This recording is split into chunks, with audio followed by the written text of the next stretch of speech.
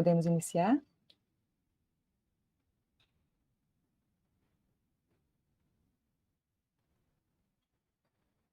Felipe, está transmitindo?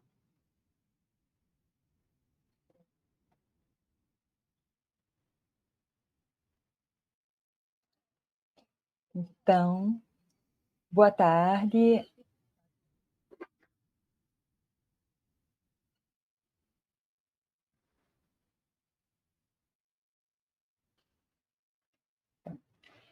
Boa tarde a todas as pessoas presentes. Hoje nós damos início ao ciclo de atividades intitulado Educação Patrimonial e Turismo, Diálogos para a Valorização do Patrimônio Cultural na Região Caeté. As ações fazem parte do projeto Todos a Bordo, Turismo e Educação Patrimonial nos estaleiros artesanais de Bragança e Augusto Corrêa, que foi contemplado pela Lei Emergencial Cultural 14.017/2020, né, Aldir Blanc, Pará. Esse projeto é uma realização do coletivo Mexericos na Maré, junto ao Laboratório de Ensino, Pesquisa e Extensão Pesqueira de Comunidades Amazônicas da UFPA, o Lab Pesca, com o objetivo de promover práticas de valorização da cultura local. Entre as ações previstas, nós tivemos a confecção de um material impresso, contando um pouco sobre a atividade da carpintaria naval e os mestres carpinteiros. Nesse material consta um mapa cultural educativo com a localização dos estaleiros e beiradões que foram identificados e mapeados em atividades do Lab Pesca. Esse material também ficará disponível digitalmente no site do laboratório. Hoje e amanhã nós teremos esses encontros virtuais, justamente para fomentar o diálogo, diálogos que buscam a valorização do patrimônio cultural na região, né? Pois nós entendemos que sensibilizar o olhar para o patrimônio cultural traz em si a possibilidade de conscientizar em relação ao nosso lugar de morada. E, como consequência, nós nos tornamos agentes para a valorização da cultura e da identidade local, contribuindo assim para a preservação. Então, antes de convidar os nossos ministrantes, eu gostaria de agradecer aos parceiros, ao UFPA, o IFPA, ESAC, PROPESP, IECOS, PPLSA, FAPESPA. Agradecer também ao INAM, à Secult Pará, ao Governo Estadual do Pará, à Secretaria Especial de Cultura do Ministério do Turismo e ao Governo Federal. Obrigada à professora Wanda, ao professor Érico, à professora Roberta pela presença hoje. Também agradecer a Natasha Pena, que vai estar conosco amanhã, né, dividindo o tablado. Agradecemos também à tradutora e intérprete Áurea Ferreira, que está conosco para que esse momento tenha acessibilidade educacional em Libras. Agradecemos a Gabriela Rubia e Felipe Sanches, que estão nos auxiliando, dando suporte em TI. Obrigada a todas as pessoas presentes e também aquelas que não poderão estar aqui de forma síncrona, mas que depois assistirão a gravação que vai ficar disponível no canal YouTube do Lab Pesca. Nossa interação se dará pelo chat, então fiquem à vontade para comentar, perguntar, contribuir com o diálogo, né, através do chat. Em algum momento a Gabriela publicará um link com a lista de presença também no chat, né? É importante que as pessoas que têm interesse em receber certificado de participação preencham esse formuláriozinho, que vai ser a nossa lista de presença, nos 2 dias. Então, não vou me prolongar mais e vamos aos trabalhos de hoje, né? A programação de hoje, ela conta com a presença da professora Wanderlúcia Silva Ponte, né? A professora Wanda, como ela é conhecida nos corredores da UFPA. Ela é antropóloga, professora da Faculdade de História do Campus Bragança, FARRIST. É líder do Grupo de Estudos e Pesquisas Interculturais Pará Maranhão, o GEIPAM, e se dedica em estudar etnologia indígena e etnohistória, os saberes do corpo, da saúde e da doença, os rituais e seus aspectos políticos, relacionando-os com temas de gênero e territorialidade. Em seguida, nós teremos o professor Érico Muniz, que é professor também da Faculdade de História do campus de Bragança, o FARRIST, é professor do programa em pós-graduação em Linguagens e Saberes na Amazônia, no campus universitário de Bragança. Tem graduação, mestrado, doutorado e pós-doutorado em História. Atualmente ele é diretor do FARRIST. Dedica-se à pesquisa sobre teoria e metodologia da história, políticas sociais em perspectiva histórica, história social da Amazônia, história da alimentação, estudos de gênero, e a experiência do professor Érico fez com que ele se envolvesse ativamente no processo de reconhecimento da marujada como patrimônio imaterial da cultura paraense. Então, o professor Érico e a professora Wanda, eles falarão um pouco sobre o patrimônio cultural na região Caeté e tratarão de aspectos da cultura local, né? Na sequência, nós teremos a professora Roberta Saleitão, falando sobre a carpintaria naval enquanto elemento da cultura local, né? A professora Roberta, ela se identifica como uma pernamparamapaense. Obrigada, Roberta. Ela é pernambucana, né, mas também tem uma relação muito estreita com o Pará, e foi criada no cuscuz com bode e abduzida pelo peixe no tucupi com suco de bacuri. Tanto gosta de dançar maracatu como carimbó. É mãe de Yara e de Maria Flor. Em casa é contadora de histórias, na rua muitos causos gosta de ouvir. Mora na Pérola do Caeté e atua como professora na Universidade Federal do Pará de Pesca.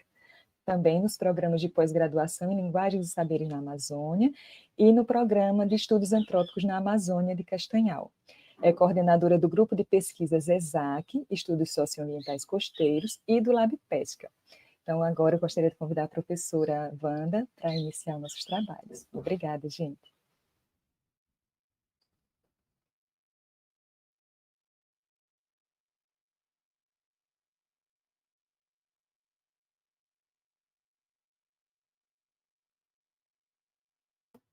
A professora está sem áudio.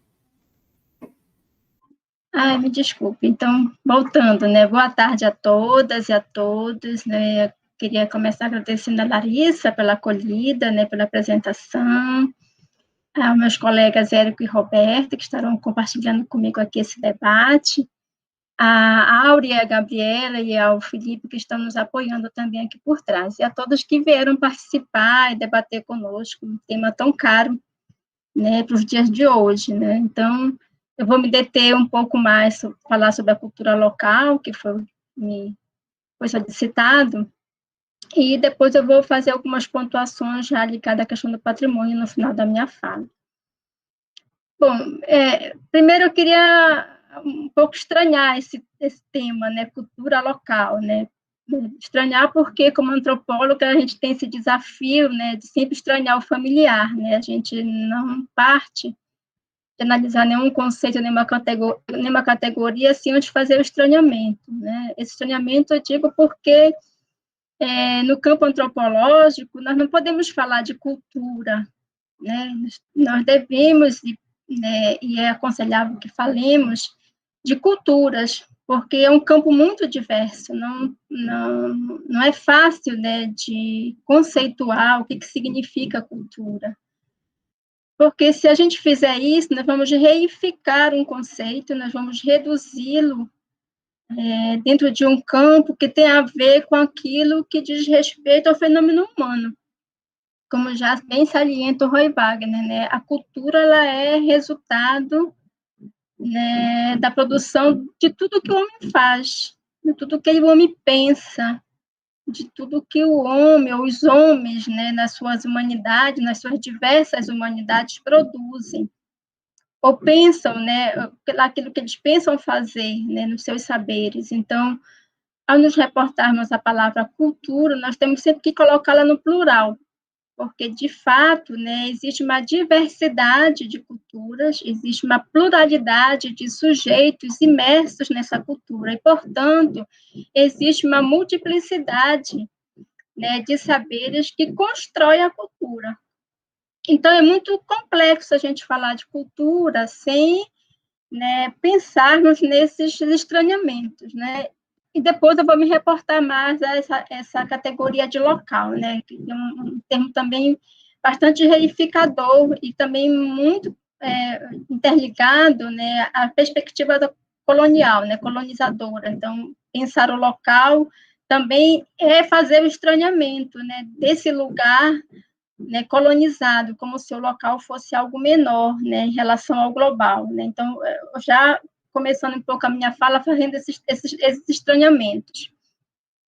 Então, quando a gente pensa, né, na questão da cultura, né, nós temos que pensar na relatividade cultural, né? Nós temos que pensar de como que é essa possibilidade, né, da singularidade, das particularidades das culturas.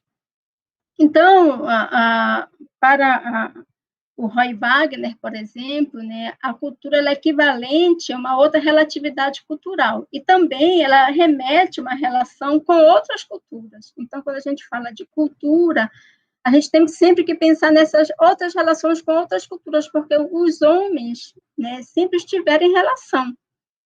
E essa relação, né, com outras culturas, né, essa que muitas vezes produz uma certa tensão, né, mas é também um pouco em função, né, dessa possibilidade, desse choque cultural, que nós acabamos identificando alguns elementos que vão dar o contorno daquilo que nós chamamos de cultura. Por exemplo, o Roy Wagner faz uma comparação muito rica, né, quando a gente vai falar de cultura, né, por exemplo, ele diz assim, ele compara a cultura à produção de uma obra de arte, porque o artista, quando ele vai pintar uma tela, por exemplo, né, e essa tela, se ela revela, né, o cotidiano de uma comunidade, ou de um bairro, ou de um determinado espaço, o artista que vai pintar essa tela, que vai construir, né, esse cenário, ele não sabe exatamente o que ele vai pintar. O produto da sua obra é justamente essa interação entre o pintor, a tela, as suas imagens, as suas representações, né, o seu mundo, e o mundo que ele quer decodificar. E assim é também com relação à cultura, né? Nós, ao pensarmos a cultura do outro, nós temos que também nos remetermos a esses códigos culturais que estão impregnados nas nossas representações, no nosso modo de ser e de existir. Então, quando nós vamos pensar na cultura do outro, é muito importante que nós façamos, né, o distanciamento da nossa própria cultura, para não cairmos no erro de cometermos, né, o etnocentrismo, ou seja, de julgar a cultura do outro a partir dos meus parâmetros culturais, dos meus modelos, né, de mundo. Então, qualquer pessoa que vai lidar com cultura, ela tem que fazer esse distanciamento, esse estranhamento, porque senão você pode, né, inferiorizar uma outra cultura. Então, por exemplo, ao estudar a cultura, um caminho importante é buscar entender o universo do pensamento dos sujeitos que compõem determinada comunidade, que compõem determinado espaço, né, determinadas territorialidades. Então, é importante compreender o universo desse pensamento. E também é importante, né, que a gente perceba que a cultura também é um espaço, é um processo de invenção. Nós inventamos coisas, né?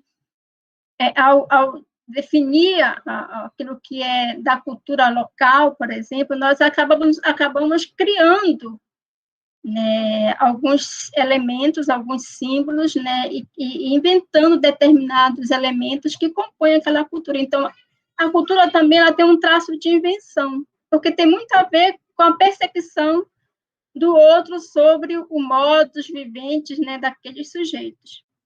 Então, também, né, para a gente, por exemplo, identificar aquilo que pertence ao meu locus cultural, né, é muito importante fazer o exercício, né, desse estranhamento, desse choque cultural. Então, também a Manuela Carneiro vai nos ajudar nesse ponto, que ela diz que, para a gente entender aquilo que é eminentemente ou genuinamente, né, um aspecto genuíno da nossa cultura, dos nossos traços culturais, é importante que a gente pense na questão do contraste, né? E a gente só consegue observar o contraste se nós interagirmos com outras culturas. Então, ao interagir com outros modos de produzir a cultura, eu vou identificando aquilo que é particular e é singular do meu universo cultural.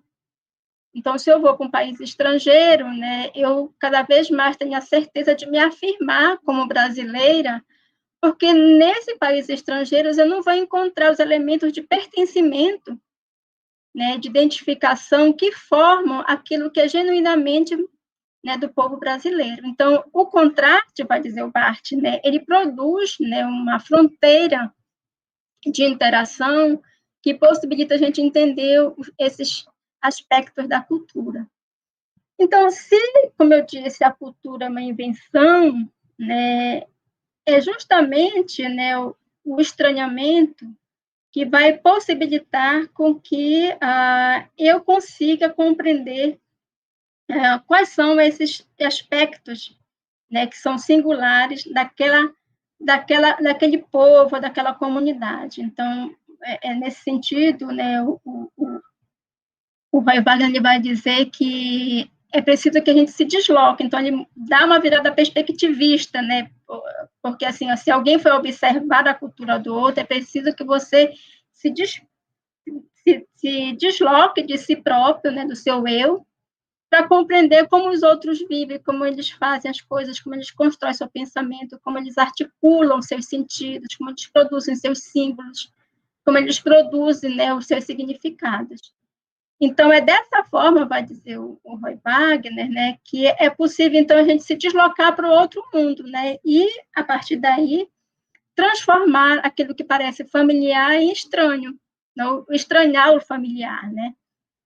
Então, estranhar o familiar significa que você se deslocar para compreender esses diferentes universos, né, que produzem o pensamento, as ações, as práticas, os saberes dos sujeitos, né, que vivem em determinados espaços e locais, né.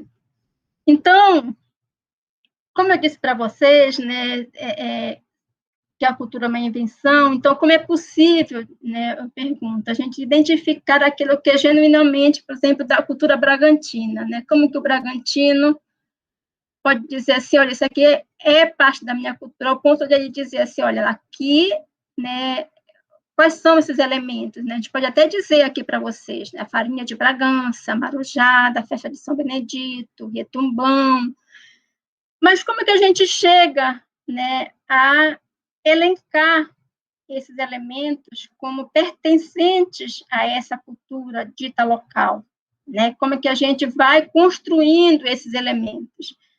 A Manuela Carneiro dá uma pista, ela diz que isso, fazer cultura também é um ato político, né? É um ato político porque é na interação, né? É também de forma coletiva, né? Ninguém vai intencionalmente dizer, olha, nós vamos agora produzir esse símbolo que significa a bragantinidade, que é a farinha. Isso não é uma coisa planejada, né? É uma coisa que se constrói dentro de um imaginário, que se produz coletivamente e que se vai transmitindo de geração em geração. Então, aquele elemento, né, que a gente chama de tradição, é um elemento, digamos, que vai marcar essa distintividade, né, que diferencia a farinha de Bragança da farinha lá, por exemplo, de Capanema.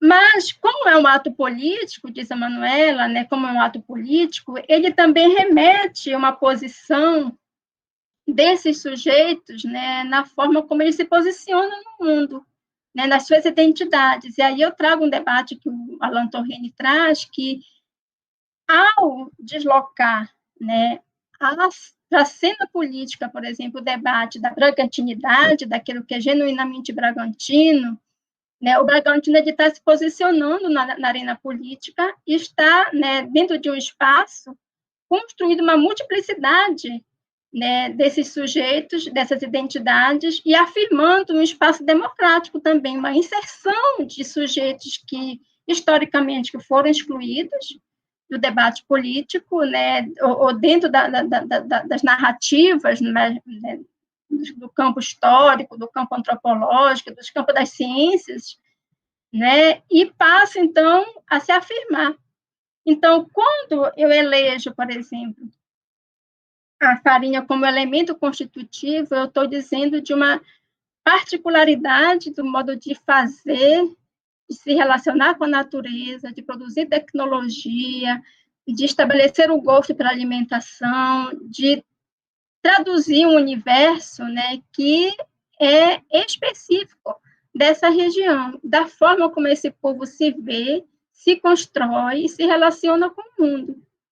Então, eu estou falando de sujeitos que muitas vezes foram invisibilizados, né? Então, todo o debate, por exemplo, que o Homi Bhabha vai trazer daquilo que ele está chamando de local da cultura, ou cultura local, é justamente esse processo que o Alain Touraine está debatendo, que é dizer assim, olha, é preciso descolonizar, né, aquilo que nós chamamos de cultura local, porque o local, né, historicamente, dentro do processo de colonização, dentro dos processos históricos, e todo esse processo da mundialização, da globalização, ele foi visto como periférico, né? Então, o que o Homi Bhabha está nos convocando a pensar é que o local pode ser um lugar de agência. A agência no sentido de ressignificar o mundo daqueles sujeitos que foram dados como, né, periféricos ou subalternizados, né? Então, afirmar-se Bragantino e essa bragantinidade, né, a partir, por exemplo, da Marujada, por exemplo, através da pesca artesanal, por exemplo, através da carpintaria, por exemplo, através da festa de São Benedito, né? E tantos outros elementos que constituem aquilo que a Bragantino, aquilo que os sujeitos bragantinos dizem pertencer a esse universo, é também um ato de descolonizar, né, as relações que foram construídas no processo de colonização, né, no sentido de que é também um processo de afirmação, de agenciamento, de transformação. Então, o local, ele toma um outro contorno, na medida que ele sai desse lugar periférico e passa a ser o lugar central, e o global passa a ser o periférico. Então, há uma inversão, né, se nós formos seguir essa perspectiva decolonial do Homi Bhabha, de pensar o local como lugar da centralidade daqueles sujeitos que produzem seus saberes, seus fazeres e suas práticas.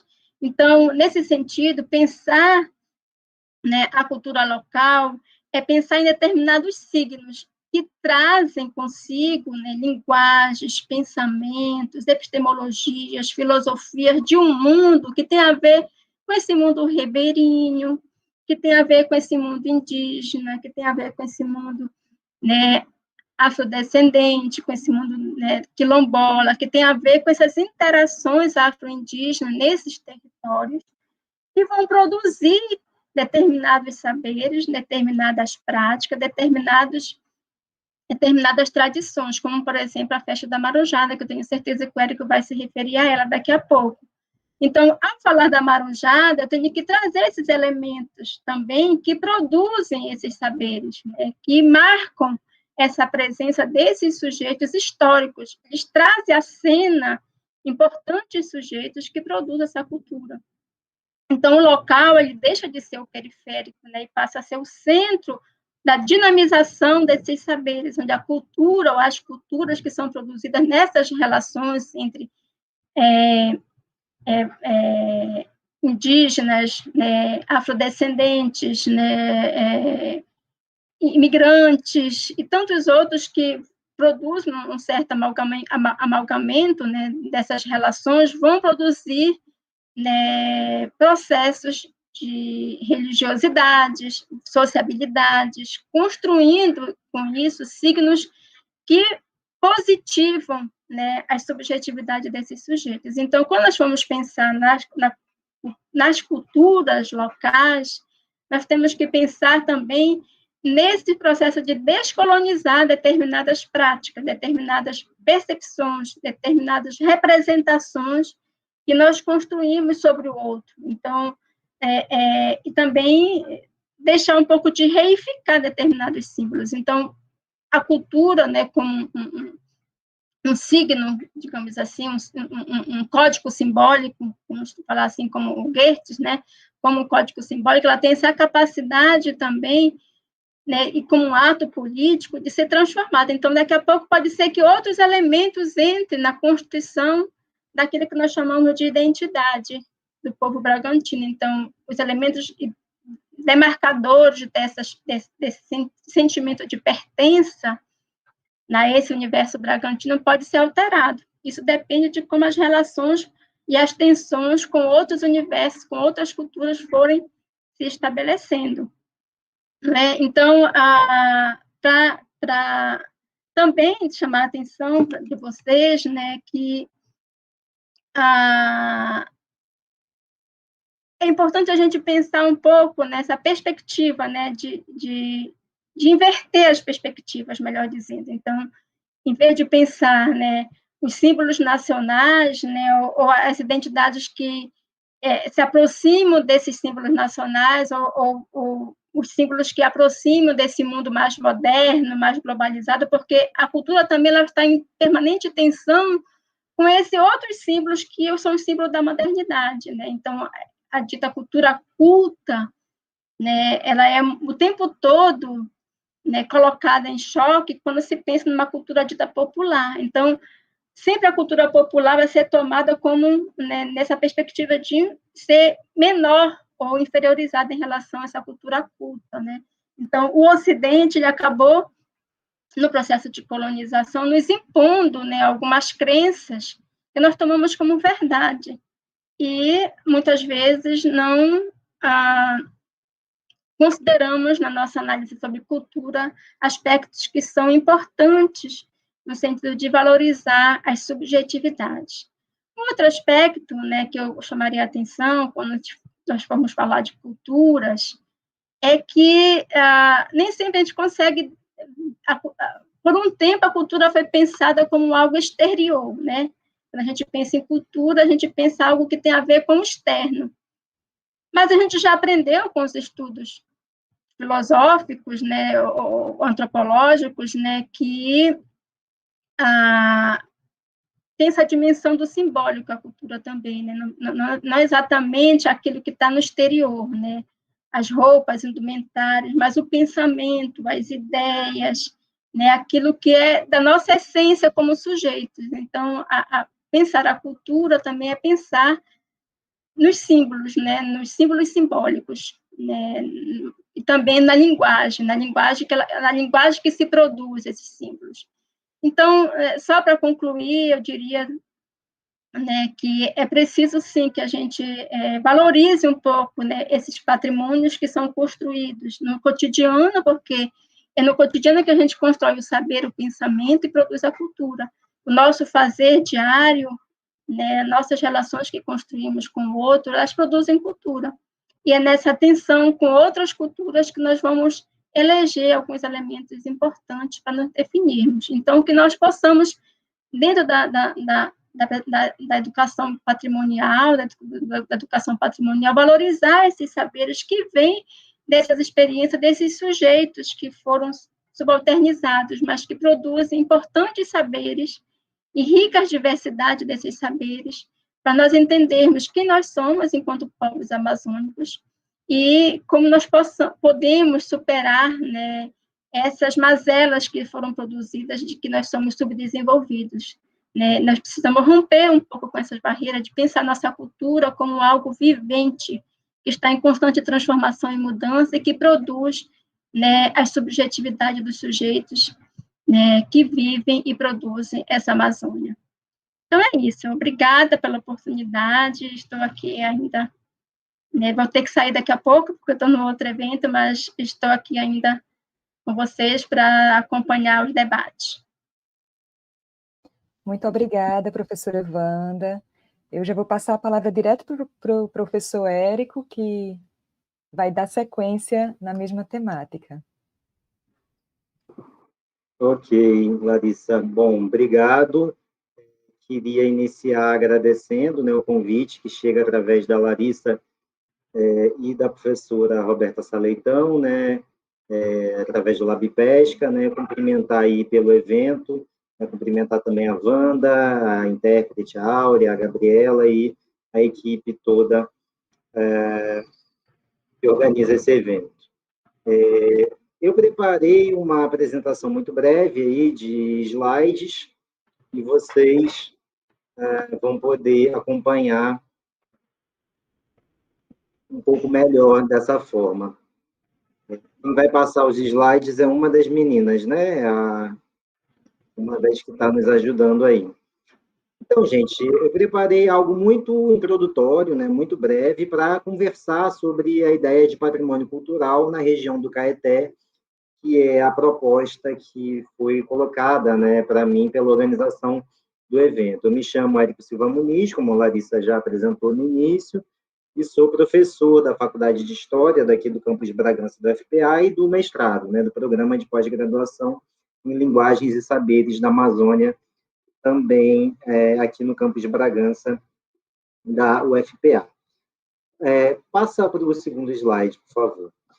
Antes da gente entrar, né, propriamente na localidade Amazônia, né, na região do Caeté, enfim, na Amazônia Atlântica, em Bragança, eu queria colocar algumas categorias, alguns são conceitos, outros são categorias, que são importantes para a gente pensar, compreender patrimônio cultural, né?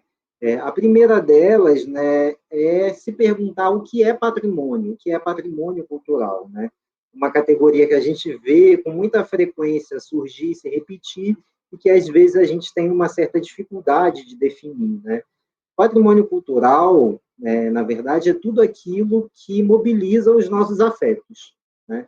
Tudo aquilo que nos traz memórias, que traz memórias para o grupo, né, que tem um valor simbólico, um valor cultural, para além da condição dos indivíduos, né, mas para uma dada comunidade, ou parte de uma comunidade, um grupo, né. Então, patrimônio, né, sem a palavra cultural, são os bens, né, são o que nós temos, né, enquanto artefatos sociais, né, por exemplo, quando a universidade compra uma cadeira, ela é do patrimônio da universidade, né, ela pertence à universidade. Quando você compra um imóvel, você está constituindo um patrimônio, né? O patrimônio cultural é quando é agregado, digamos assim, valor cultural às coisas, né?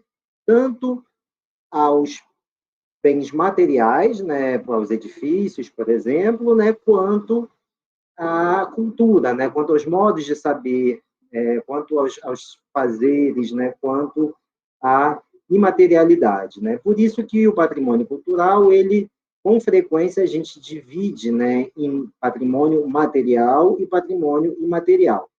Patrimônio material, como eu me referia, são os edifícios históricos, né, dotados de características arquitetônicas específicas, né, aqueles em que a gente reconhece uma originalidade, que expressem ali padrões da sua época histórica e que, por isso, né, tem um reconhecimento do grupo, né, de uma sociedade, enquanto uma edificação importante, por exemplo. E o patrimônio imaterial é uma gama, na verdade, né, de elementos que podem, com frequência, ser assim nominados, né?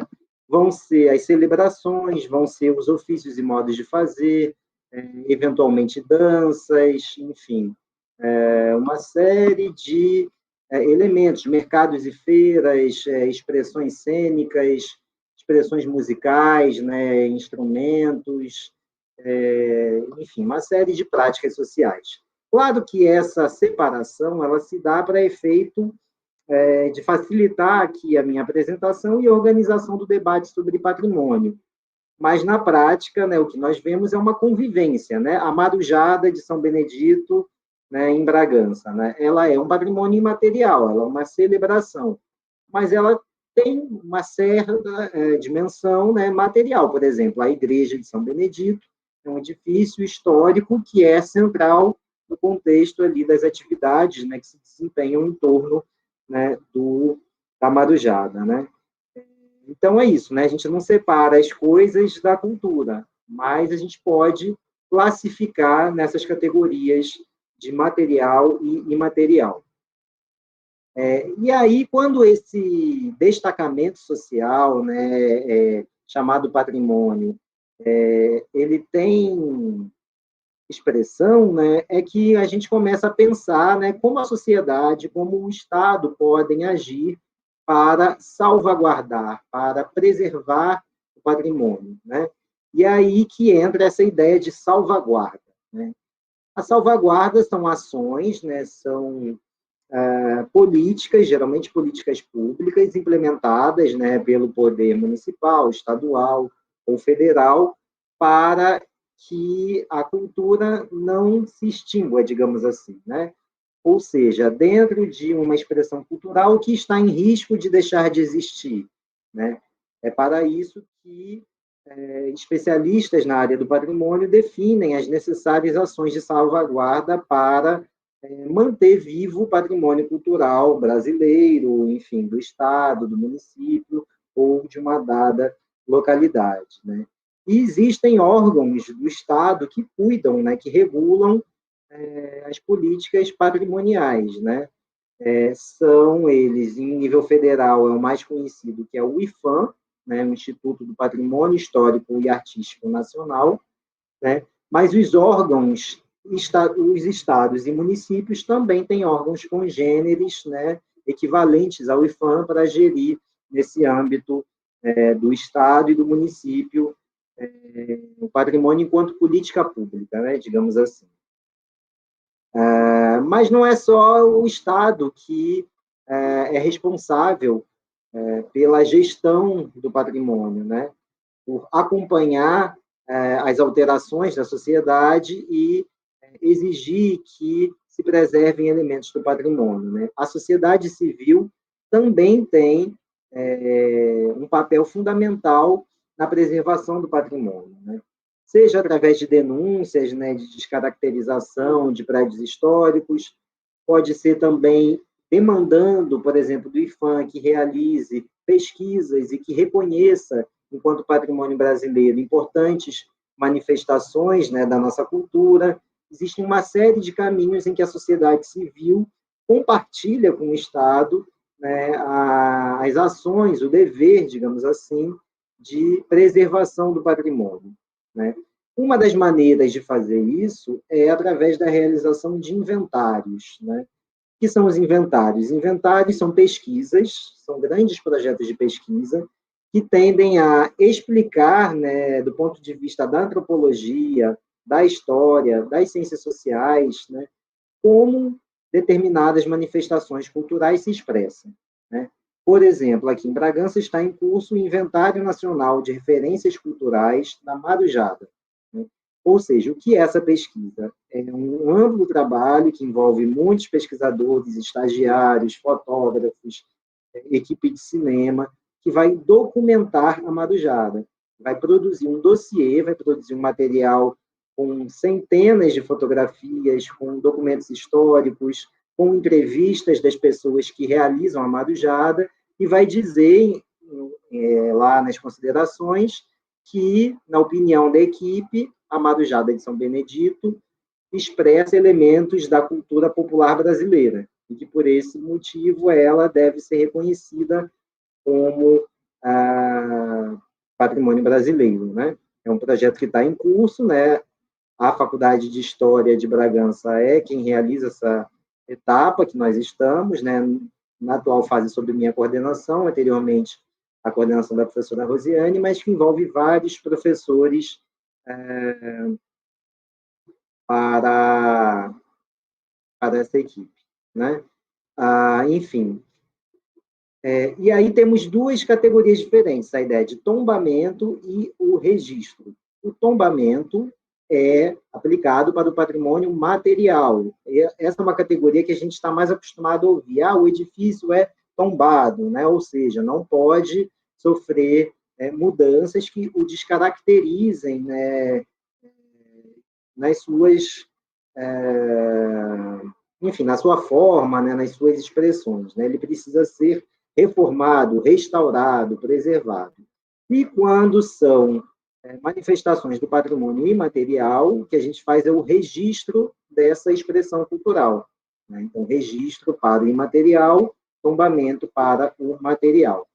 Em decorrência desses processos de reconhecimento do patrimônio, devem acontecer ações de educação patrimonial. A educação patrimonial ela pode se dar no ambiente escolar, fora do ambiente escolar, enfim, é a formação, né, da sociedade para que ela reconheça o valor cultural das coisas comuns, de coisas comuns que são que expressam elementos importantes da nossa cultura, né?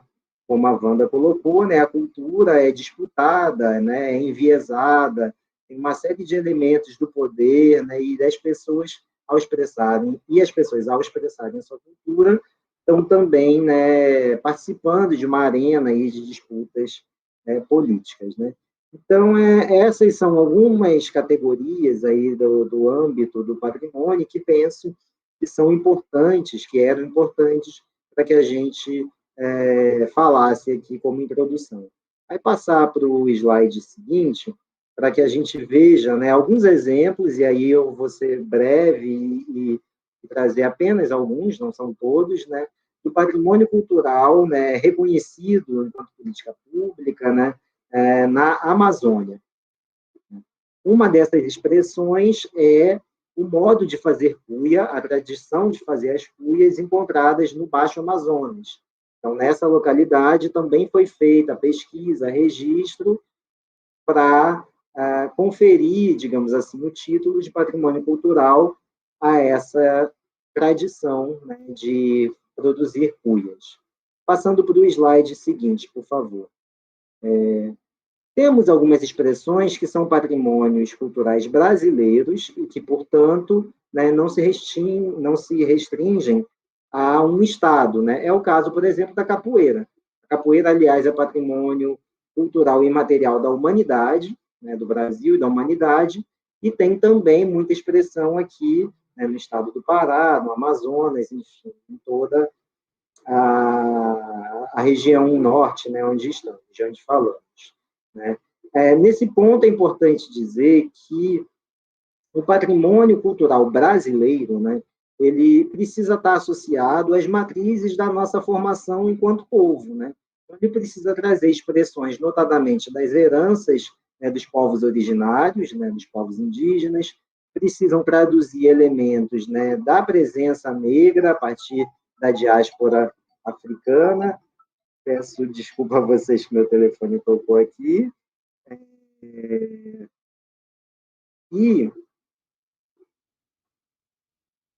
Ou seja, combinar elementos, né, da cultura brasileira, da formação do povo brasileiro, notadamente da presença indígena, da contribuição dos africanos escravizados que vieram para o Brasil, né, trazendo elementos da língua, da alimentação, das danças, né, da sua cultura, e também das contribuições do europeu, né, do elemento colonizador português e de outros povos europeus que, enfim, habitaram, né, aqui a nossa região. Então, quase sempre, né, a gente precisa dizer, né, para a sociedade que existem elementos constitutivos nessas expressões culturais que traduzem heranças, né, desses povos, que traduzem heranças dos povos que formaram o Brasil. Além da capoeira, né, algo parecido aí, né, que dialoga com a dança, é o carimbó, que também é registrado como patrimônio cultural imaterial. Passando para o próximo slide, por favor.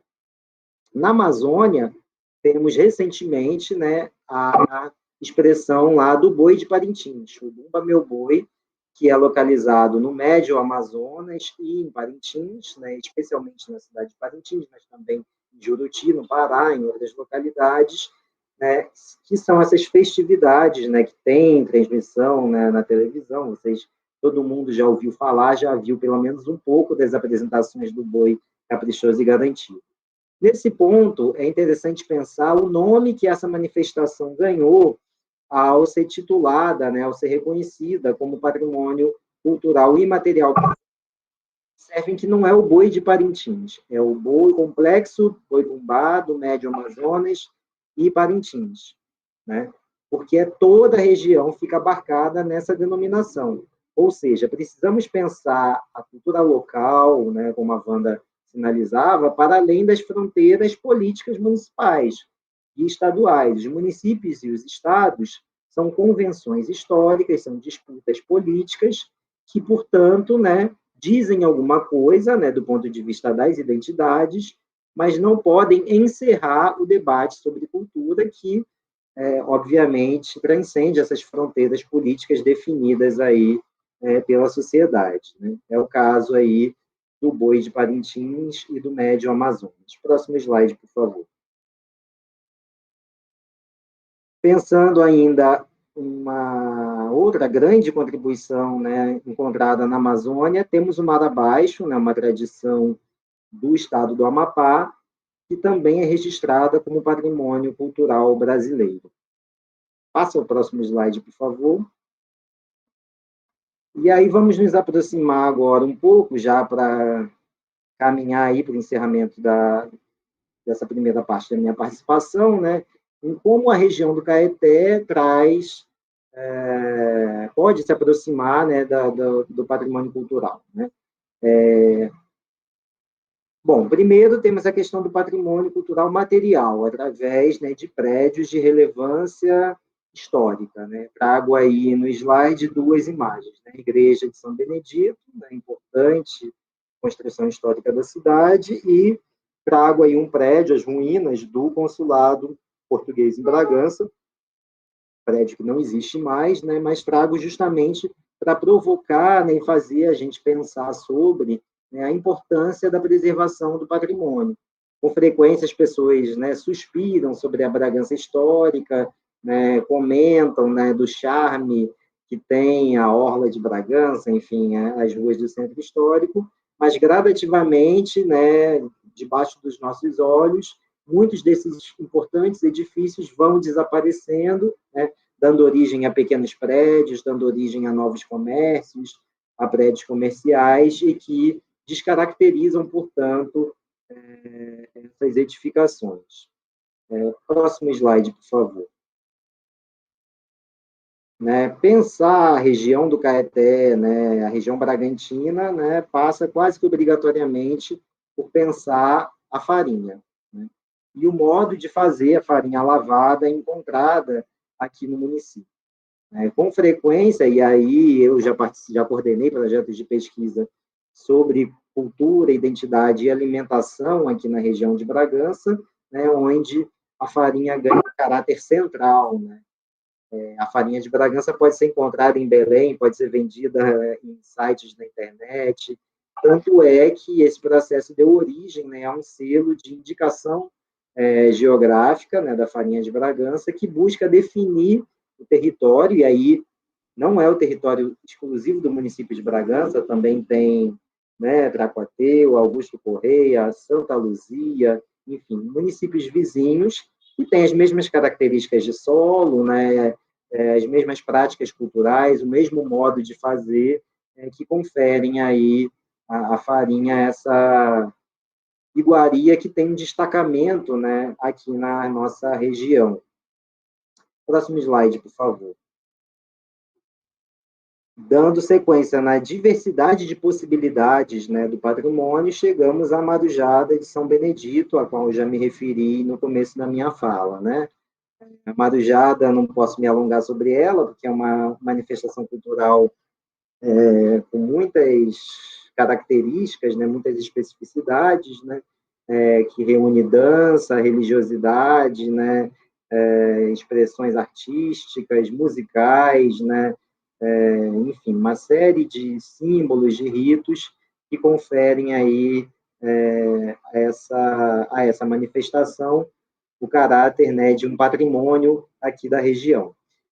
A Marujada ainda está em processo de registro, né, ela está na fase de elaboração do inventário para ser entregue ao IPHAN, né, pedindo o registro dela enquanto patrimônio cultural brasileiro. É esse processo que está em curso, que a gente espera por volta do fim do ano que vem, está encerrando aí o dossiê, né, essa grande pesquisa que descreve a Marujada em toda a sua complexidade para ser analisada por um comitê de especialistas do IPHAN e da sociedade civil, que é quem define, né, quais expressões ganham a chancela de patrimônio cultural brasileiro.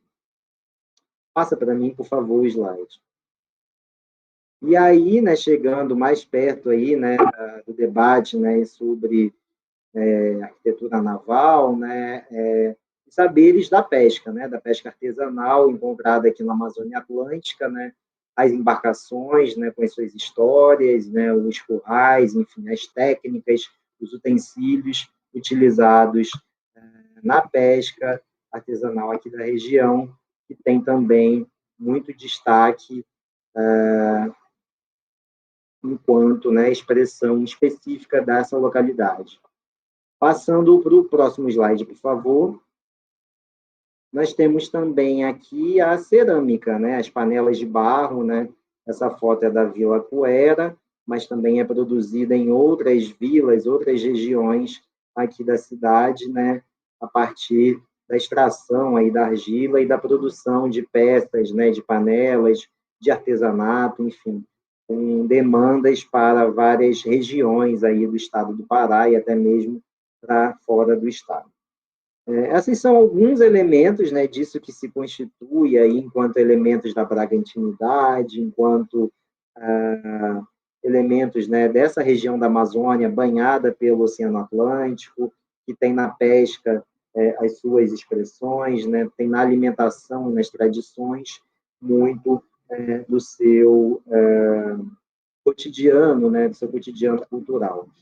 Por fim, né, eu queria só dizer que o patrimônio cultural, né, o reconhecimento do patrimônio cultural, ele é algo que tende a mexer com a autoestima das pessoas.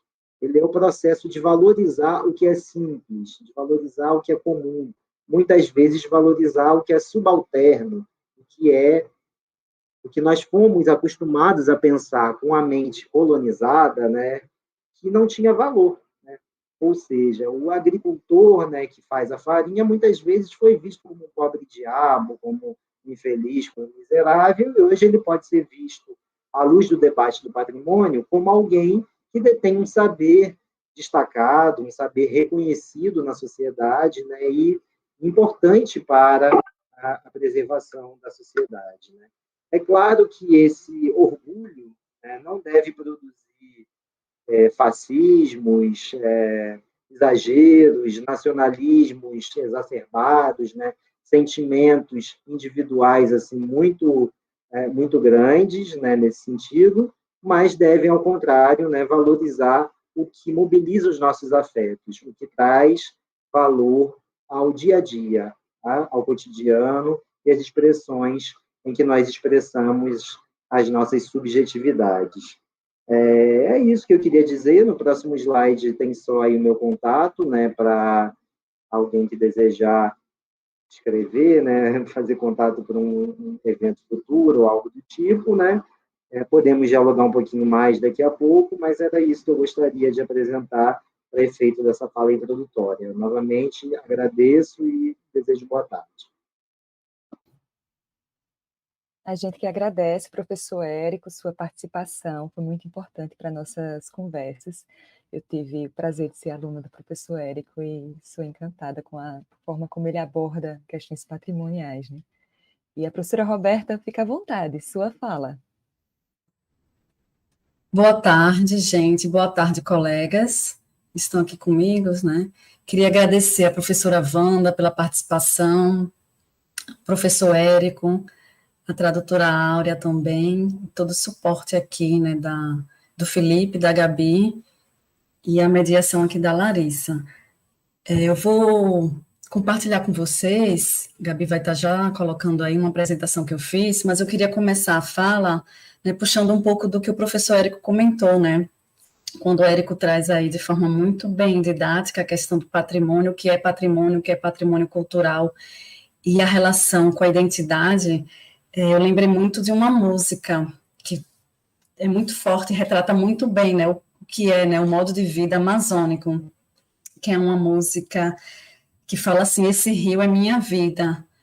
E eu acho essa música belíssima, e quando eu conheci a Amazônia, realmente eu fiquei encantada, assim, como essa imersão, né, com as águas faz parte da vida do povo amazônico e do povo paraense, né, do povo amazônico em geral.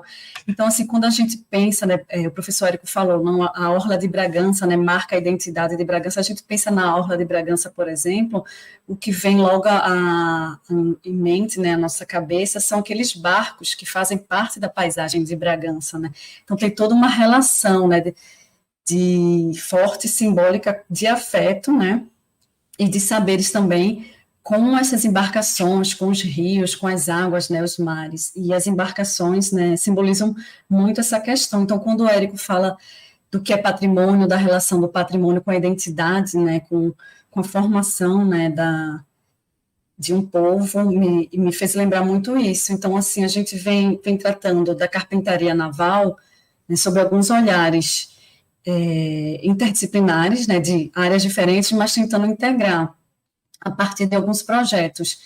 E a gente ficou muito feliz quando a Larissa veio, né, participar conosco do Lab Pesca, que aí já trouxe mais esse olhar do turismo, da educação patrimonial. E aí, nesses projetos, são 3 projetos que a gente vem desenvolvendo que estão relacionados a essa oficina, né, e ao fascículo que a Larissa comentou. Eles tratam, por exemplo, Gabi, tu podes colocar a apresentação, tratam de alguns aspectos da nossa identidade, né? A gente vai ter, pode passar, Gabi, a gente vai ter o projeto da Pesca à Escola, que é um projeto de produção de material didático que a gente tem feito a partir de algumas pesquisas que a gente tem desenvolvido em comunidades pesqueiras, então, com todo o apoio, né, a partir também da relação da ciência com esses saberes, com esse conhecimento, com esse saber fazer, né, de pescadores, a gente tem tentado produzir material para que a escola possa, né, utilizar em sala de aula, e junto com mais outros projetos, que é o projeto Navegar é Preciso, que é um projeto, se eu for falar que eu ficaria a tarde toda falando, né, que eu gosto muito, que a gente tem essa inserção na carpintaria naval sobre vários olhares, como eu comentei aqui, né, e um deles é essa questão que a gente está iniciando com um trabalho da Larissa, que é discente do PPLSA em Bragança, que é a pós-graduação, né, em Linguagens e Saberes da Amazônia. E a gente tem também outros olhares sobre as relações sociais que estão incutidas ali na carpintaria naval. É um projeto que tem um desdobramento também em outras áreas, não só Bragança, a gente tem uma equipe também em Santarém, da UFOPA. A gente tem tentado também trabalhar a partir do aspecto da engenharia de pesca, e a gente conta com a contribuição do professor Eduardo. Tem também a professora Moira, do IECOS, que tem realizado uma pesquisa sobre a questão da madeira. E junto também, né, isso só para dar uma contextualização para vocês entenderem como é que surge, né, a carpintaria e essa relação, né, dentro desses projetos. A gente tem um projeto também de extensão, que é o Artesão das Águas, que é um projeto de valorização desses saberes, né, e dos mestres carpinteiros. Então, quando o professor Érico trata do patrimônio, né, da importância do patrimônio, a gente tenta fazer, a partir desses 3 projetos integrados, esse levantamento em campo desses saberes, né, desses estaleiros. Amanhã a Larissa vai falar um pouco do fascículo que nós produzimos, e a gente tem um mapeamento que foi feito, né, dos estaleiros em Bragança, por exemplo, e em Augusto Corrêa. Então, a junção desses projetos fez com que a gente pensasse, né, em tratar sobre esse olhar, né, da cultura, do patrimônio cultural. E aí, gente, eu trago um dado, pode passar, Gabi, um dado importante, que eu estava até conversando hoje cedo na rádio, falando do evento, sobre como o Brasil, a gente tem também mais um título super importante, que é esse título de país mais rico em diversidade de embarcações tradicionais. Então, assim, não é à toa, né, a gente tem uma mistura aí, né, de saberes oriundos de diversas fontes, né, os saberes indígenas, os saberes, né, do povo afro. A gente tem essa mistura aí, né, também dos europeus, e faz com que a gente tenha hoje esse rico título, né, de detentor de uma grande diversidade. Então, a gente tem esse patrimônio, que é um patrimônio rico, e está associado, né, a questões identitárias. E aí, já tentando fazer o link que eu comecei falando, né, quando a gente vai a Bragança, quem vai a Bragança marca muito aquela orla com aqueles tipos de embarcação, né? E não só em Bragança, mas em várias, eu estou dando um exemplo de Bragança, mas em várias regiões, e mais à frente eu vou falar um pouco disso. A minha fala vai ser nesse sentido, né, desse patrimônio, que é o patrimônio naval, como cultura, como um legado cultural, né, e a gente ter esse olhar interdisciplinar, né, de valorização, de reconhecimento, e trazer, né, nossa proposta nesse projeto, que foi aprovado pela Lei Aldir Blanc, é trazer para a sala de aula, né, esse reconhecimento, que a gente possa ter material. Pode passar, por favor. E aí essa oficina vai nesse sentido, né, para que vocês que estão nos assistindo possam pensar como um material, né, esse fascículo, e essa temática que a gente está provocando aqui a discussão, em sala de aula, como está discutindo. E aí esse saber, a gente indo a campo, né, em vários estaleiros, ou nos beiradões, como foi o caso de Santarém, a gente viu, conversando com os mestres, né, com algumas mulheres também, que a gente viu a presença feminina também, com alguns mestres artesãos, como esses saberes, né, eles estão relacionados à vida deles e como esses saberes são ricos e como eles são reconhecidos, né? Eles são conhecidos, essas pessoas que detêm um grande conhecimento na construção e no reparo de embarcações, são conhecidas como mestres e são reconhecidas. E a gente também perguntava, né, isso que vocês fazem é arte? E vários deles confirmavam, né? E aí, eu lembro que está relacionado, né? A professora Wanda falou dessa questão também, Wanda e o Érico, está relacionado a essa questão da arte, né? E aí a gente tem essa relação, né? Que é uma relação de tecnologia, né? Uma tecnologia, algo que vem, né? Algo que vem sendo produzido por pessoas e vai sendo adaptado, né? E vai sendo repassado também, que isso é muito importante. Então, esses projetos vêm nesse intuito também de fazer um registro, né? Desses saberes, desses tipos de embarcação, para que a gente possa também estar valorizando, possa estar reconhecendo. Pode passar, por favor. Bom, e aí falando, né, voltando para a questão da paisagem, até coloquei aqui uma citação de um antropólogo, do Malinowski, bem interessante, que ele fez um estudo no Pacífico e ele dizia assim no seu estudo, né, que mesmo quando não está sendo usada, repousa solitária na praia de uma aldeia, a canoa, né, que a canoa é um elemento típico da paisagem e constitui parte integrante da vida da aldeia, né.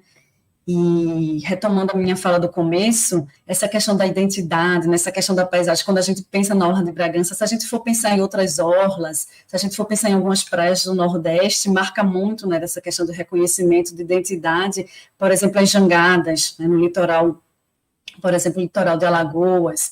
Então, as jangadas são algo que é presente ali, que marca a paisagem daquela região, que marca as nossas memórias, né, que está relacionado aos nossos afetos. Então, por isso a importância da gente estar estudando esse patrimônio, né, que é o patrimônio naval, e os saberes, né, não só a questão dos barcos, mas todos os saberes que estão associados à construção, né, e a continuidade dessa arte, né, que é a construção das embarcações. Então, essas pessoas que são responsáveis por essas construções, esses reparos de embarcações, elas também transmitem esses saberes, né? São saberes que são acumulados por vários períodos, né? E vão marcar a formação da identidade daquela região, daquelas pessoas, tá? E está associado, né, com essa questão de pertencimento, né, com um lugar. E aí, quando a gente fala em Bragança, o professor comentou aí da marujada, da farinha, é muito forte também essa questão do peixe, né?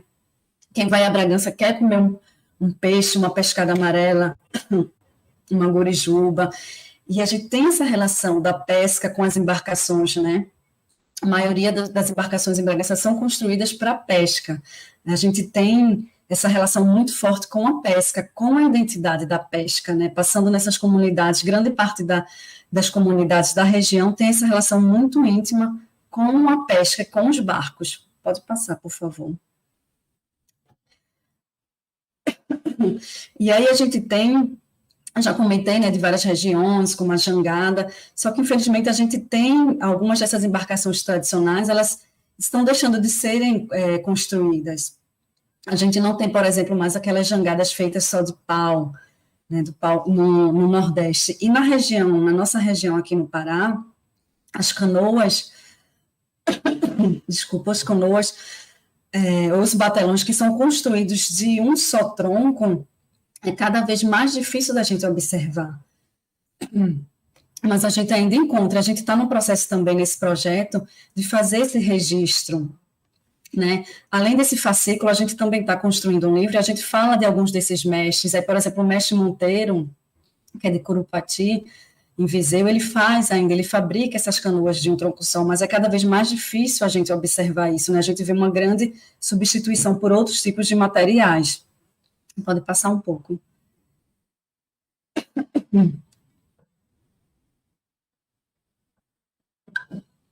E aí, falando dos mestres, a gente tem, por exemplo, uma foto aí abaixo do mestre Mário, que é bem conhecido na nossa região.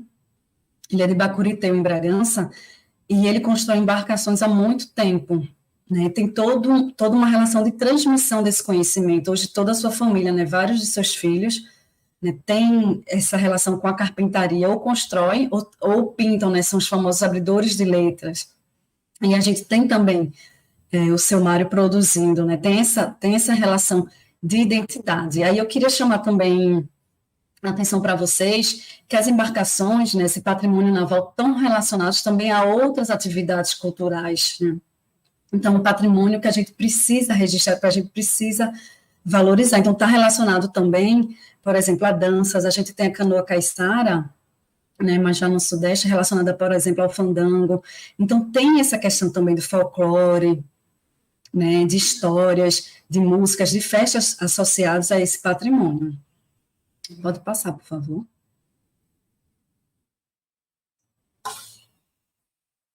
E, como eu estava comentando, infelizmente, algumas embarcações, né, a gente não estão sendo fabricadas ou tem uma grande diminuição. Aí no slide vocês vão ver, não vou citar todas, mas a gente tem algumas que foram comentadas pelo projeto Barcos do Brasil, que hoje é muito difícil encontrar, inclusive algumas já desapareceram. E cada vez também mais é difícil a gente ter a produção também com a matéria-prima da madeira, né? Cada vez mais a gente vê a produção de barcos de alumínios. E esses barcos, eles acabam não tendo, né, a identidade também da pessoa que faz. Eu lembro que quando a gente vai a campo, vários artesãos, eles comentam, olha, esse barco dá para a gente conhecer, quando eu vejo um barco ali no rio ou no mar, a gente sabe quem construiu, ele tem a marca, ele tem um tipo, né? O barco ele tem a identidade também do carpinteiro, do mestre que o construiu. E as pessoas reconhecem, né? Não só os carpinteiros, os pescadores, a população em geral reconhece, sabe reconhecer de quem, né, é aquele barco, quem construiu aquele barco. Isso é muito rico, essa associação, essa relação entre os saberes. Que eu queria chamar a atenção aqui, tá? Aí no próximo slide, pode passar? Obrigada, Gabi. No próximo slide a gente tem, né, algumas fotografias que a gente fez, né, com o fotógrafo Renato Chalou, a gente tem aqui em Bacuriteua, e a gente observou, né, em Bacuriteua e também em outros estaleiros, essa relação, como eu havia comentado agora, né, do saber fazer na construção, né, é um conhecimento muito profundo sobre esses barcos, e tudo isso também a gente está estudando. Pode passar. Essa relação com a cultura. Nesse slide aqui, a gente tem só para vocês conhecerem um pouco do que a gente tem feito nesses projetos, né? Nesse fascículo que a gente tá comentando aqui, que a Larissa falou, e que amanhã ela vai abordar um pouco mais, a gente tem esse mapeamento, né? Esse mapa também ele vai sair nesse livro que a gente está organizando sobre os saberes envolvidos na atividade, sobre alguns mestres. A gente tem também, a gente vai falar um pouco desses mestres, né, no livro também, no fascículo. No fascículo a gente tem 3 mestres, não deu para colocar todos, mas a gente queria ter um recorte de alguns deles. Alguns tipos de embarcações, é o próximo fascículo que a gente está organizando, né, os tipos de embarcações, quais são as madeiras. A gente, como eu falei, tem estudado as relações de trabalho, a gente vai produzir um artigo científico sobre essa questão, sobre os nomes das embarcações também, qual é essa relação simbólica, que é muito forte também, das relações que são dadas para o nome do barco, né? Como é que a pessoa escolhe esse nome? E aí tem um estudo bem interessante de uma aluna de Castanhal, do PPGEA, que é o Programa de Estudos Antrópicos na Amazônia, o programa de pós-graduação, que ela analisou essa relação, né, de quem dá o nome do barco e também dos abridores de letra, que são aqueles responsáveis por colocar o nome, né? O que é que eles acham também do nome. Um trabalho bem interessante também, que a gente em breve vai publicar. Tá, tem a questão dos saberes que eu já comentei aqui, né? A gente tem essa questão das oficinas, mais para frente eu vou mostrar uma foto para vocês, e a gente também está com um olhar sobre a questão da saúde e segurança, pesquisas que vão gerar, né, dissertações, e também banner, que a gente está com apoio da Pró-Reitoria de Extensão, da UFPA, para produzir banners sobre os cuidados que essas pessoas, né, é importante terem nos estaleiros, que a gente, infelizmente, em Indacampo, a gente viu que acontecem vários acidentes.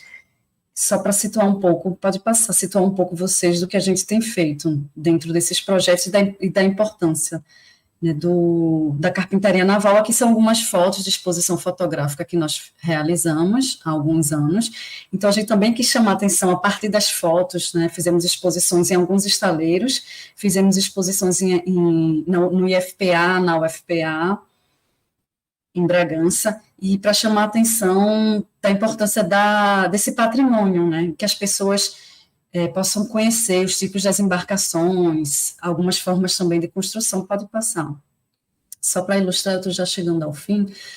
E em uma das oficinas também, a gente convidou alguns mestres carpinteiros, né, como Valdemar Glória, o mestre Mário também, para que eles pudessem dar oficina de como construir miniaturas de embarcação para alunos da engenharia de pesca, do curso técnico também, em pesca e aquicultura do IFPA, e alunos da engenharia de pesca de Bragança, aberto ao público, para que essas pessoas pudessem reconhecer também esses mestres como sabedores, né, do fazer, como sabedores dessa arte, e valorizar também os seus saberes, né, como patrimônio também. Como o professor comentou, não é só a questão do objeto, mas a questão também dos saberes associado à construção, né, e ao reparo desses objetos, tá? Pode passar. E aí, para finalizar, acho que eu coloquei algumas embarcações para vocês conhecerem, da nossa região. Aqui a gente tem o casco, o batelão, aquele que eu comentei, que é escavado de um tronco só. Pode passar. Aqui a gente tem vários, eu só vou citar algumas, tá? Canoa, caico, o bote, a rabeta. Pode passar. Aí aqui a gente já tem um pouco maiores nesses tipos de embarcações, a biana, o barco. E é interessante, por exemplo, a biana, que ela tem uma mistura de saberes, tanto a gente vê da região do Pará como a região do Maranhão também. Tem a questão de Bragança, tem muitos nordestinos, muitos cearenses que estão em Bragança para pescar, então também tem essa mistura de conhecimentos aí, né, construindo essas embarcações. Tá bom, gente, eu vou ficando por aqui para que a gente possa fazer um debate também, se vocês quiserem fazer alguma pergunta. Eu deixei naquele último slide o site do nosso laboratório, meu e-mail e uma foto em agradecimento a todos os mestres, as mulheres também que estão nos estaleiros, que é o mestre Mário, uma homenagem para o nosso grande mestre. Obrigada, tá, gente? Professora Roberta, muito obrigada pela participação. É sempre bom ouvir sobre a carpintaria naval dentro desse contexto de cultura, né, de valorização cultural. A gente tem uma pergunta no chat do Cleverson Neri, que questiona, né, como o patrimônio cultural na região resiste às novas tendências tecnológicas, processo de desenvolvimento? Então, convido os professores a refletir sobre esse questionamento. Eu começo, será? Pode começar, Érico, depois eu comento. Tá bem. Então, é uma pergunta muito interessante. Qual é o nome mesmo de quem fez? Cleverson. Cleverson, obrigado pela pergunta. Com muita frequência, né, a gente vê o debate sobre patrimônio sendo colocado como um entrave ao desenvolvimento, né, como se tivéssemos que fazer duas escolhas, né, ou um caminho de desenvolvimento único e voraz, né, que destrói todo o nosso passado, a nossa tradição e o nosso conhecimento, em nome, né, de uma modernidade, de uma mecanização excessiva, né, de construir prédios mais altos, enfim, de otimizar os nossos resultados, né? E, na verdade, né, o patrimônio é algo vivo, as tradições são coisas vivas, são coisas do tempo presente. Só faz sentido debater, né, a simbologia do que é patrimônio cultural se esse patrimônio ainda for relevante para a sociedade no tempo presente. Se essas embarcações são construídas hoje com finalidades distintas, tipos de pesca distinta, né? Em que momento se utiliza cada uma dessas embarcações, né? Em que momento, né, se produz artefatos, né, para uma festividade ou algo do tipo. Deixa eu pensar algum exemplo aqui.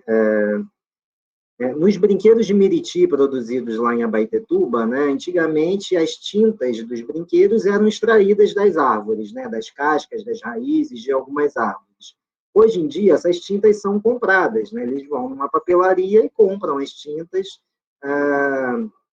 para pintar ali os famosos brinquedos de Miriti, que ganham bastante destaque no contexto, né, do Círio de Nazaré, especialmente, né. Essa é uma decisão de pessoas autônomas, que têm agência, que têm capacidade de produzir suas respostas e questionamentos, que decidiram que, naquele momento, querem, digamos, modernizar a parte das tintas ali do brinquedo. Ou seja, não é um apego excessivo ao passado, né? Não é uma prisão ao passado, né? Essas pessoas decidiram autonomamente que não faz sentido, né, extrair, talvez, né, dá muito trabalho extrair a tal da tinta lá da árvore, e optaram por comprar. Não é isso que vai descaracterizar o patrimônio, né? O brinquedo de Meriti não passou a ser menos original, menos verdadeiro e menos patrimônio a partir da decisão de quem o produz, né, por trocar, por exemplo, algum aspecto ali da sua tinta, né? Outra questão, né, relativa a isso é um debate sobre a patrimonialização, né? Em alguns momentos, para alguns autores especialistas do patrimônio, existe uma patrimonialização excessiva, né? Quando ela ocorre, né? Quando você pega, por exemplo, um prédio histórico, né, que tem um valor arquitetônico original e dá um uso social de museu exclusivamente, né, de centro cultural, e não mantém aquele uso original que ele tinha, né? Ou seja, você pega a escola pública Mâncio Ribeiro e precisa transformar numa escola de música. Você não pode reformar e manter enquanto escola pública, né, de nível lá de educação fundamental, de educação, né, de ensino médio, né? Você precisaria, né, patrimonializar, quase musealizar ali o patrimônio. Isso é, claro, uma armadilha também do patrimônio, engessar demais o uso social que as coisas têm, né?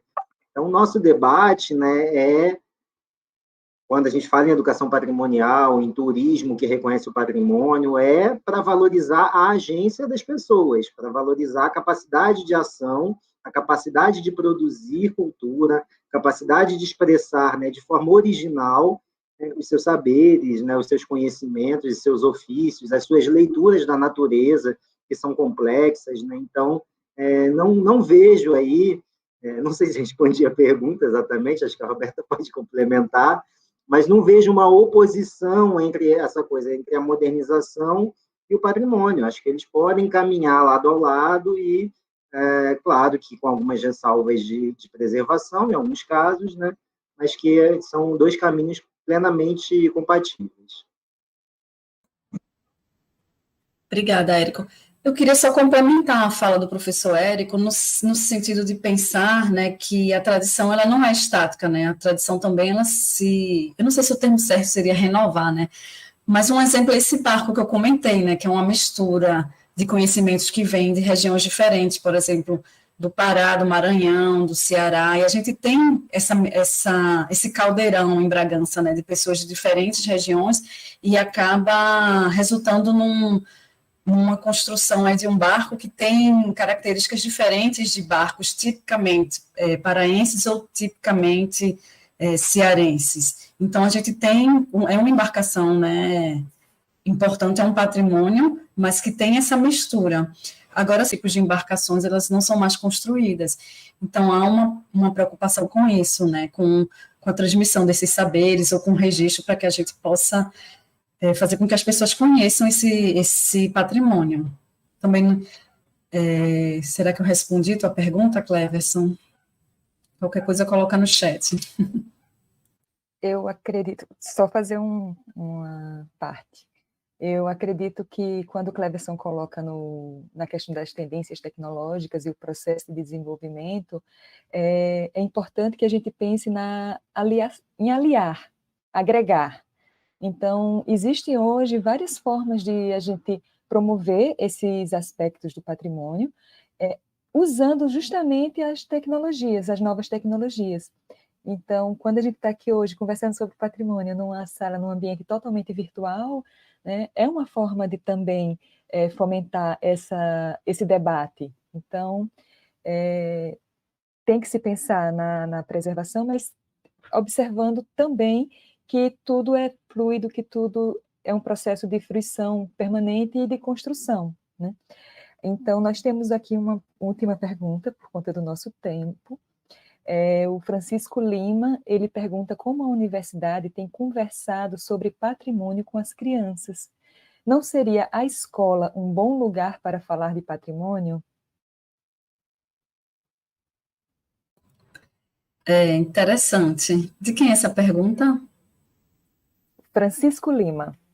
Francisco Lima. Então, Francisco, um dos objetivos desse projeto é levar esse levantamento, né, que nós realizamos dos saberes, dos estaleiros, dos mestres para a escola. Esse fascículo que foi produzido, ele vai ser distribuído gratuitamente, já está aí em mãos, né, com a Larissa, para algumas escolas públicas da região, para que os professores, professoras possam utilizar em sala de aula. E mais para frente a gente também está terminando, né?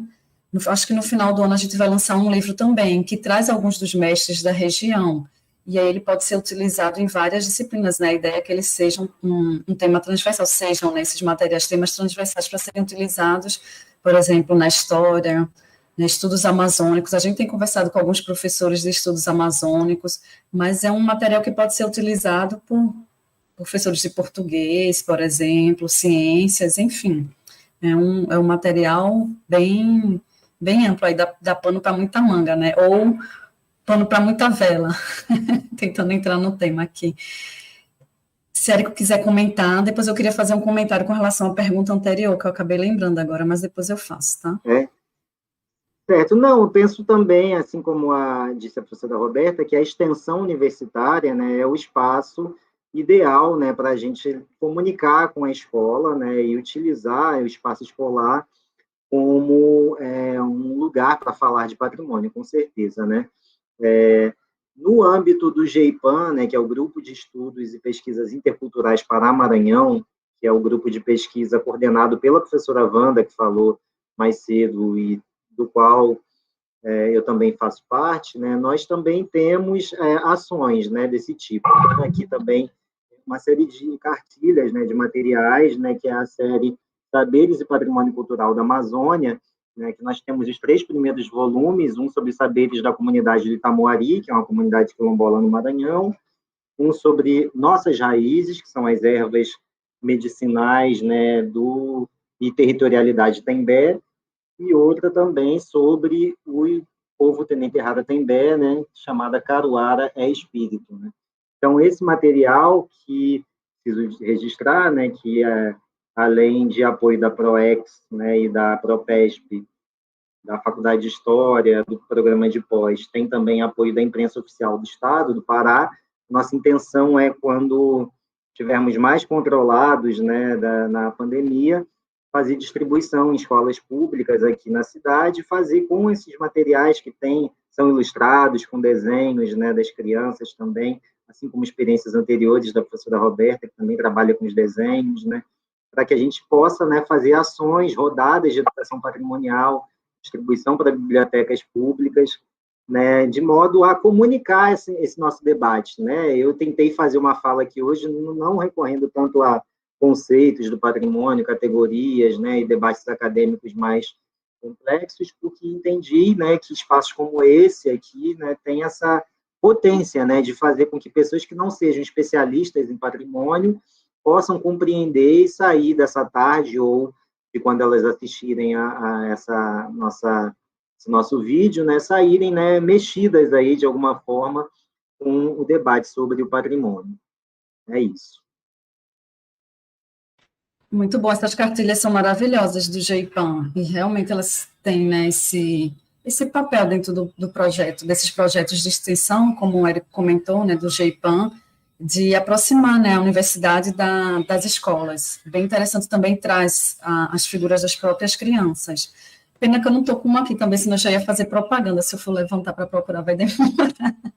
Que é o primeiro volume da série da Pesca Escola, que nós fizemos também na Vila Bonifácio, Vila dos Pescadores, e tem desenhos. E a gente está para lançar uma também, né, em conjunto, Érico, eu, você e Wanda. Bom, eu queria só retomar aqui para a primeira pergunta. Essa questão da tecnologia, só para vocês terem em mente, quando a gente fala tecnologia, a gente acha que tecnologia, por exemplo, é um mouse, só isso, né, um mouse, algo relacionado principalmente à informática, essa questão mais de desenvolver produtos em fábricas, mas tecnologia, gente, um torneiro feito, por exemplo, para pegar mexilhão, no mangue, é uma tecnologia que foi desenvolvida, né, por comunidades tradicionais, assim como os barcos, as fotos que eu mostrei para vocês. Todas essas embarcações também são tecnologias, né, porque às vezes a gente tem a tendência, né, de um modo geral, de associar tecnologia a algo que vem de fábrica, que não é feito à mãos, né, que não é de manuseio. E aí, também para fechar, eu queria comentar sobre a carpintaria naval. Ela envolve uma gama de várias atividades, né? E hoje a gente tem a figura, por exemplo, dos fibradores, que está relacionada, acho que com o que Cleverson quer dizer, né? Dessa tendência mais de embarcações mais modernas. E a gente tem também as pessoas que trabalham na carpintaria naval, mas assumindo outros papéis, que é o de fibrar, né? Fibrar o barco, por exemplo, com vidro. Tem também, né? Essa ocupação mais recente também dos barcos modernos, dos barcos tradicionais, mas sendo fibrados com vidro, né, tendo um caráter um pouco mais moderno, mas também para pensar nessa reinvenção também das ocupações dentro da carpintaria naval, tá bom? Era isso que eu queria complementar. Mais alguma colocação? Professores, gostariam de fazer mais algum comentário? Podemos encerrar por hoje? Então, vou encerrar as atividades de hoje, agradecendo demais a todas as pessoas que estiveram conosco, aos professores que estiveram aqui oferecendo seu tempo para conversar sobre questões do patrimônio cultural. A Áurea, muito obrigada, Áurea, por estar aqui conosco. Gabriela, o Felipe, todo mundo que fez possível esse encontro. E amanhã, gente, estaremos aqui também, nesse mesmo horário, 14 horas. Voltem, fiquem conosco até o fim das atividades. Vai ter muita coisa legal também amanhã. A Natasha vai conversar, a gente vai entrar mais, né? Dentro da nossa sequência, a Natasha vai entrar com a parte do turismo, propriamente dito, como é que esse turismo acontece aqui na região do Caeté, não só em Bragança, mas Augusto Corrêa. A gente vai trazer também algumas ideias de como relacionar o turismo e a educação patrimonial para fazer esse diálogo cada vez mais estreito, utilizando esses materiais que a universidade está produzindo, que tem que chegar nas escolas, tem que chegar nas pessoas que são de interesse, que têm um interesse real nessa preservação, nessa valorização, né? Então, ficamos por aqui, até amanhã, e muito obrigada a todos e todas.